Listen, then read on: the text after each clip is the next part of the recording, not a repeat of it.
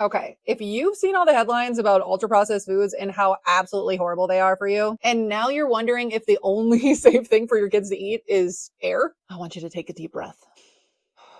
I'm going to really quickly break down the research and I'm going to add the nuance that so many people leave out. Okay, quick refresher. The Lancet, which is one of the top medical journals in the world, just released a 3-paper series about what we know and what we don't know about ultra processed foods. So yes, they did find an association with higher intake of ultra processed foods and poorer health outcomes. Duh. Obviously, a diet that is minimally processed is going to be healthier for you. But that doesn't mean that all foods that are processed or ultra processed are bad for you. And here's the huge missing piece. None of this takes into consideration nutrient density. There's this thing called NOVA, which is a classification system used to group foods by processing, not nutrition. Essentially, an ultra-processed food has ingredients in it that you wouldn't normally have in your kitchen, and those ingredients serve typically a functional purpose, like making sure it doesn't go bad, adding in valuable vitamins and minerals that are of public health concern. Also, I am so sick of people saying that if you can't pronounce an ingredient, it's bad for you.